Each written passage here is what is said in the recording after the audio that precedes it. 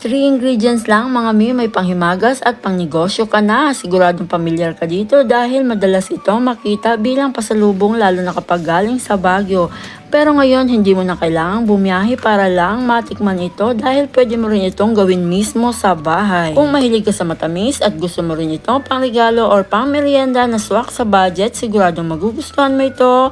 Kaya huwag kang bibitiw, panoorin lang hanggang dulo para hindi mo mamiss ang step-by-step process. Ang kailangan po natin ay yung skinless na peanuts at dahil ito yung available sa akin, kaya ito yung gagamitin ko. Skinless man yan or yung may balat, kailangan pa rin po natin tong i-toast. Ngayon naman, balatan ko lang po muna ito isa-isa. Pero kung ayaw yung mahirapan, bumili na lang po kayo na mani na wala na pong balat.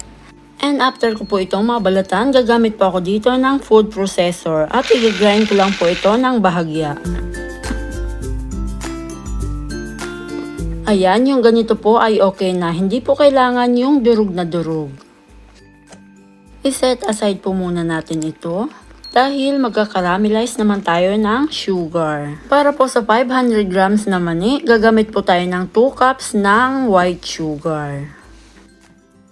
I-caramelize lang po natin ito sa pinakamahinang apoy. Kapag nag-melt na po ang ating sugar, maglagay na po tayo ng 3 tablespoon ng margarine or butter. Haluin lang po natin ito hanggang sa matunaw. Okay na po ito, ilagay na po natin yung ating mani. Ayan, then haluin lang po natin itong mabuti hanggang sa maging smooth siya. By the way guys, sa mga hindi pa po nakakapag-subscribe dyan, please mag-subscribe na po kayo and palike na rin po. Then click the notification bell para updated po kayo kapag may bago tayong upload. Take note lang po mga mi, dapat ready na yung mga molder or pagsasalinan natin dahil mabilis na po itong tumigas. At kapag ganito na smooth na siyang haluin, ibig sabihin ay okay na po ito. Ako naman ay gumamit ng parchment paper dito para mabilis ko itong ma-flat. Kung meron po kayong rolling pin ay mas mainam po or yung bilog na bote, yun pwede na yun or kahit anong bagay na pwede nating ipang-flat dito.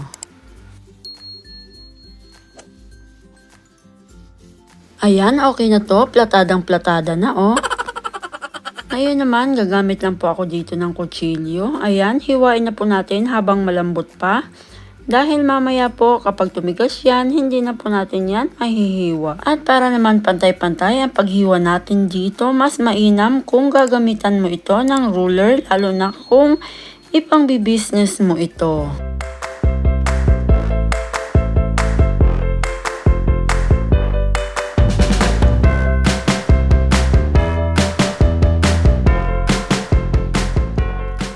Then after nyan, palamigin lang po natin ito hanggang sa tumigas. Ayan, matigas na siya. Pwede na po natin itong pagpira-pirasuhin. Then pwede mo na rin po ito ilagay sa plastic wrapper or plastic na may ziplock or di kaya naman ay yung plastic container or garapon para ipangbenta.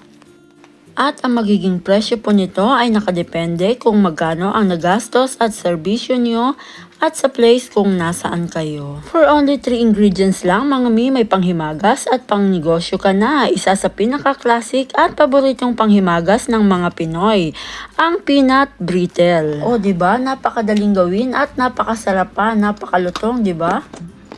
Hanggang dito na lamang po. Thank you for watching. Sana ay nagustuhan at masubukan nyo ang recipe natin for today. God bless po. Bye-bye!